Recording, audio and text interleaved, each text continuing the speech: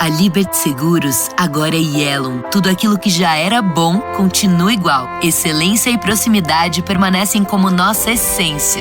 Porque não é uma mudança, é uma evolução. A Yellon está sempre em sintonia com você. É liberdade com segurança. A melhor experiência acessível a todos os clientes, iluminando cada passo da sua jornada. Deixe essa luz iluminar seu caminho. Yellon Seguradora. Seguro para viver livre. Consulte seu corretor. Sunday morning, 3 days to the election. Which way is the world going to go? Well, this is Bill O'Reilly this morning, and he is concerned too. And Bill, you're one of the smartest guys I know.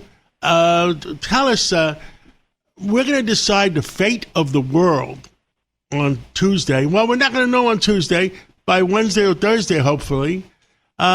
Give us your evaluation. Where the heck are we? I have predicted that Trump will win because there are a few differences now in how Americans perceive both candidates than there were 4 years ago. So that's where you start. You start in 2020. So it's Biden against Trump. And Trump got 74 million votes, more than any other Republican in the history of the United States. All right? Out of those 74 million, the essential question you asked this year is, how many of those Trump voters 4 years ago will not vote for him again? I think very small. I think he's going to hold around the 70 million mark because the MAGA people are loyal. But the biggest thing is that the Biden administration has been disastrous for most Americans due to the higher prices and the open border. You didn't have that 4 years ago. When Trump left office, inflation was 1.4%. So by logic, you would have to say that Trump is good for between 70 and 75 million votes. A lot of votes. That's a lot of votes. And right. I still don't understand how Biden got that many votes but that's the because it was a hate Trump vote. Yep. And Biden didn't do anything to win. He just stayed out of the way, and Trump is so bombastic. His style is so extreme. For a politician, that a lot of Americans and a majority of women were offended by it. And but he hid himself in the basement for like the last 4 months, and people didn't know how bad he really was. I didn't know. I didn't know because either. He had governed in a Senate for decades. He wasn't a progressive loon in the Senate. And he wasn't a loon as vice president. He didn't do anything. Obama sent him to funerals, though Obama didn't give him anything to do. But he wasn't a crazy guy. And then all of a sudden he gets in the White House and he's opening the border. And everybody goes, what? And that's what you get when you elect people who will not campaign or answer questions. And Kamala Harris certainly doesn't answer any questions. And how many, Bill, how many executive orders he signed the first day shutting down the oil in the United States? Sure. And it was just, go ahead. That ignited inflation. So I don't know whether you saw it made $5 oil, $6 oil. Yeah. I don't know whether you saw my debate with Mark Cuban on Wednesday, but Cuban's a big Kamala Harris supporter. And he was coming in with, well, Trump caused inflation because of the deals he made with Saudi Arabia and Putin about oil. And I just took him apart. That's ridiculous. I'm disappointed in Mark Cuban thinking that. He's supposed to be a smart guy, and he's pretty dumb if he really didn't realize that. Well, people believe what they want to believe, John. Yes. And he wants to believe anything that will help Kamala Harris. He's a smart guy. I mean, yeah. I know him. But he doesn't want to believe anything good about Trump. He wants to blame Trump for everything. So when I predicted that Trump would win, I used the model of 4 years ago, how many votes Trump got. I don't think he's going to lose very many of those votes, but I do think that the Democrats will, based on their inefficiency in 4 years. You're still going to have the hate Trump vote. That's still Kamala Harris's main card. We hate Trump. Trump's a fascist. Trump's Hitler, all that. That's what she has. She doesn't have any policy. Won't answer any questions. Nobody knows if she has any problem solving skills at all. I don't believe she does, because she didn't demonstrate that in the 4 years she was a senator. But that's just my opinion. But there's something else that's interesting.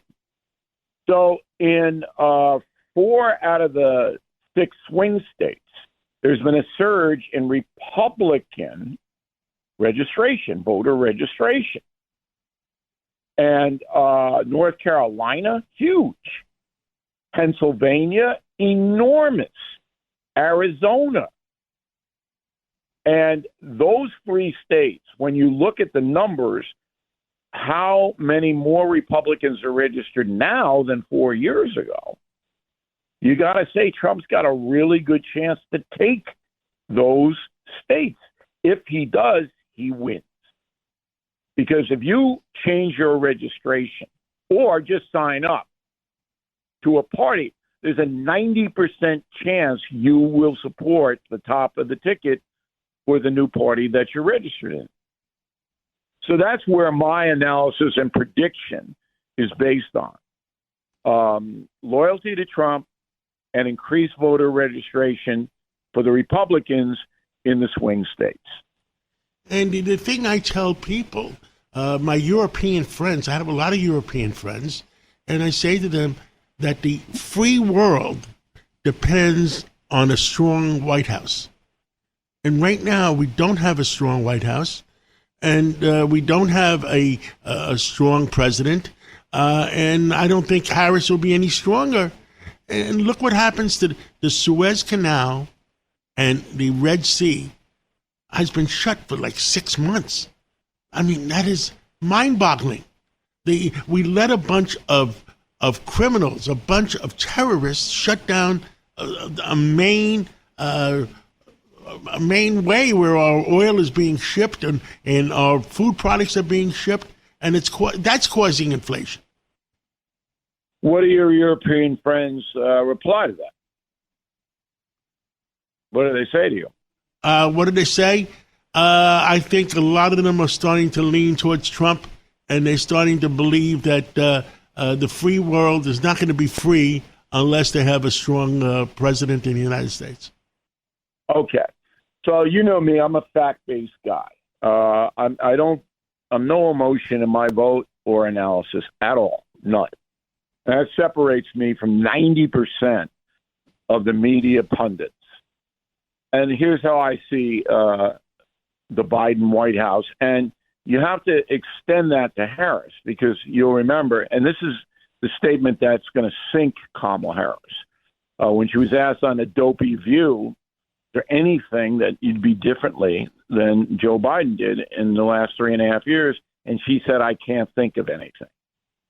That was a stunning and dumb statement for her to make, because every administration, and you know that from reading my book, Confronting the Presidents, every administration makes mistakes, and she wouldn't cop to one. So, it's a problem. It's right. She doesn't, and the reason she wouldn't do it is because she's not a thinker. She doesn't think. All right, she doesn't analyze. She does what she is told to do. So she's not senile, or maybe that word is too strong. She's not compromised mentally like Biden is, but she's a machine politician. And in New York, we're very familiar with those people. They go along with what the party tells them to do. I've heard those voices. The Democratic Party has no policy to stop the evildoers in the world. They don't have any philosophy on Putin or Xi or the mullahs in Iran. Those are the big 3. What's the Democratic policy on those 3? They don't have one. Horrible. And that's what you're talking about. And the other thing is, Americans care about at home. I say to them that if Trump gets elected, you could have $2 oil again.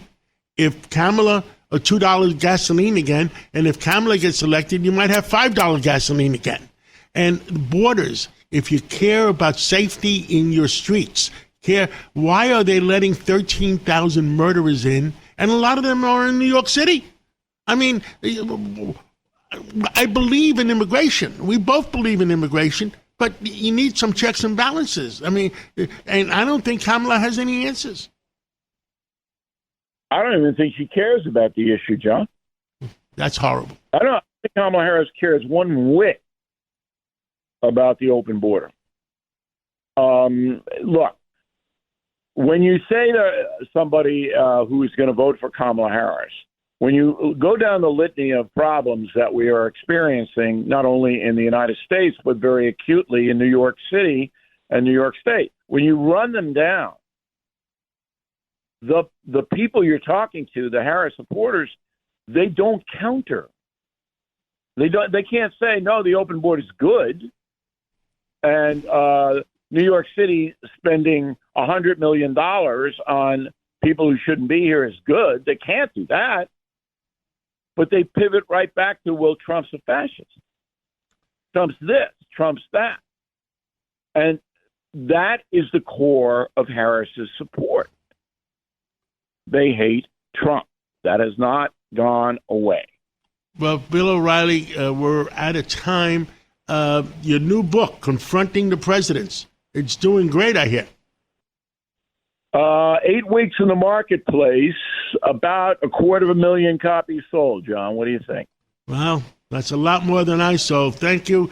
I mean, you're doing a great job. You're going to go down in history as the world's greatest author. Thank you for coming on Sunday morning and giving us the pulse of the situation. And let's pray for America, and let's do whatever we can in the next 3 days to help our kids and grandkids to come. Appreciate it, John. Thanks for having me in. Thank you. Eden Memorial Chapels understands Jewish funerals can take many forms. Some are Orthodox, while others are more conservative or of a Reformed nature. There's no one better. With services close to all New York and New Jersey cemeteries, Eden Memorial Chapels offer fair and balanced pricing and can provide easy transfer of you and your loved ones to Israel. While you're grieving, they're here to take care of all the details so that you deal with less bureaucracy and have more peace of mind. Go to EdenMemorial.com. That's EdenMemorial.com.